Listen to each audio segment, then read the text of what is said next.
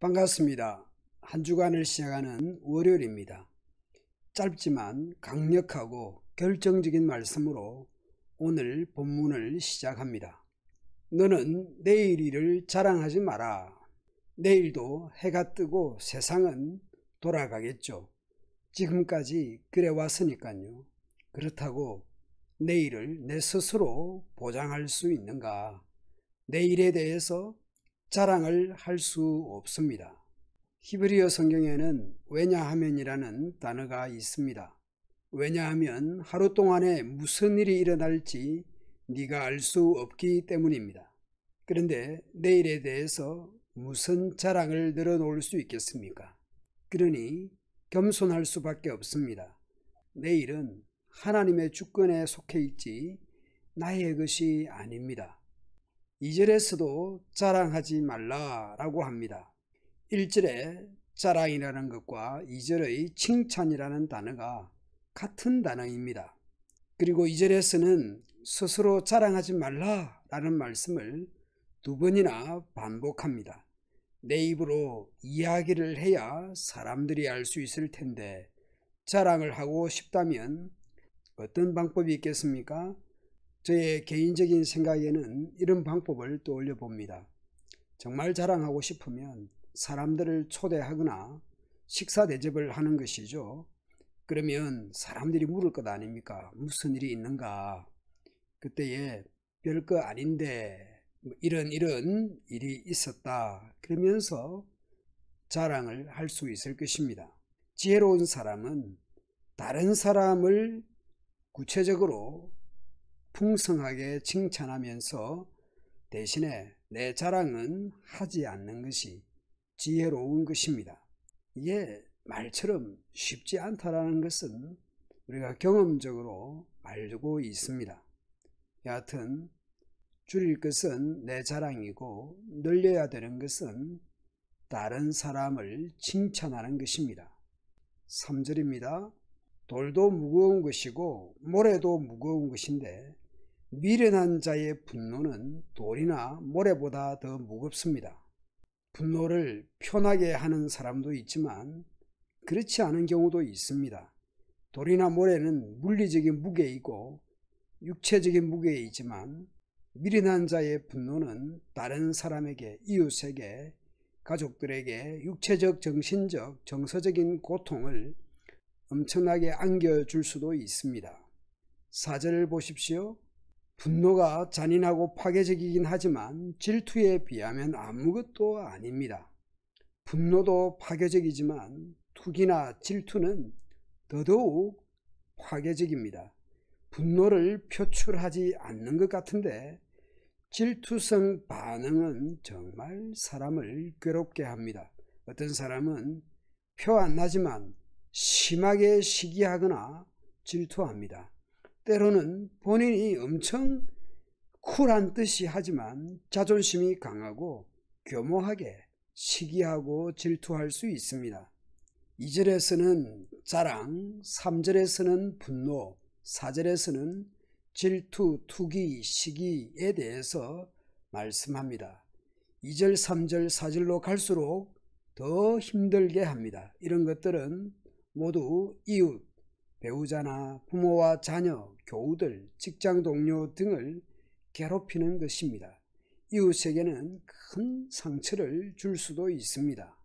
5절 이후입니다. 맞대놓고 책망하는 것이 숨은 사랑보다 낫다. 친구는 상처를 주더라도 진짜 우정의 표현은 충고하는 것입니다.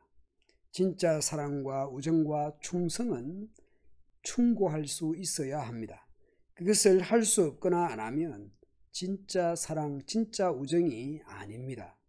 최근 충고나 충언을 들은 적이 있습니까? 너무나 완벽해서 그런 충고를 들을 만한 이유가 없는 것입니까?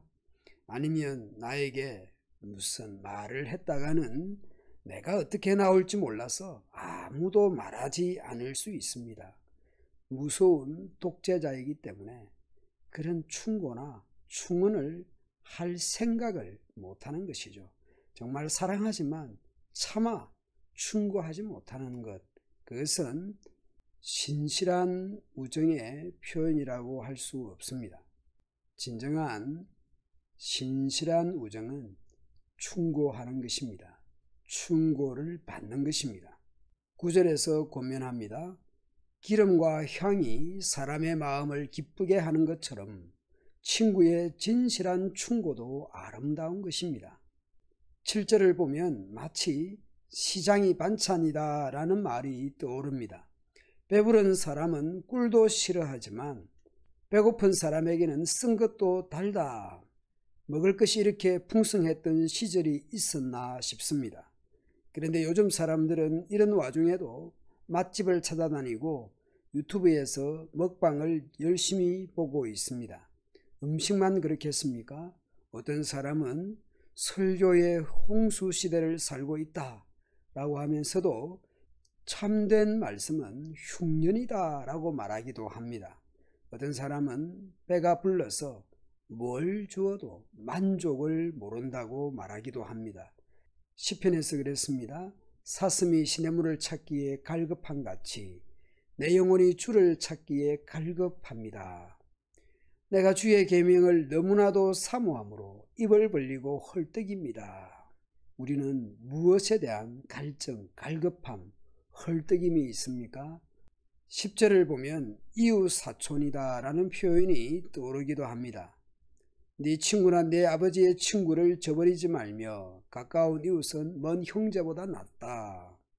지금 가까이 있는 사람들을 소중히 여기라는 것입니다. 12절입니다. 슬기로운 사람은 위험을 보면 피하지만 어리석은 사람은 그대로 나아가다가 어려움을 당합니다. 슬기로운 사람과 어리석은 사람의 구분이 어렵지 않습니다. 둘이 같이 길을 가다가 한 사람은 위험 표지판이 있거나 경고해도 그냥 무시하고 달립니다. 그러다가 사고가 나는 것이죠. 다른 한 사람은 경고를 듣거나 경고 표지판을 보고 돌았습니다. 그가 슬기로운 사람이죠. 책망이나 충고나 권면을 듣고 돌이키면 생명이요 지혜의 길이 되는 것이죠.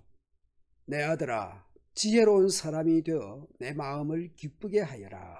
자녀가 지혜로우면 부모의 기쁨이 됩니다. 잠언 곳곳에서 지혜로운 자녀로 인해서 부모가 기뻐하고 즐거워한다고 말합니다. 부모된 우리는 자녀의 어떤 모습을 보면서 즐거워합니까? 자녀가 지혜롭기를 바라면 부모가 먼저 지혜로워야 할 것입니다. 오늘도 부모된 교우들이든지 자녀된 교우들이든지 지혜롭게 살아가면 좋겠습니다. 우리 삶의 현장들이 가정에서나 직장에서나 지혜자다운 삶의 현장들이 되면 좋겠습니다. 어리석은 자로 살지 않고 하나님 말씀을 따라 사는, 하나님을 경외하는 지혜자로 살아가는 오늘 하루 되도록 합시다.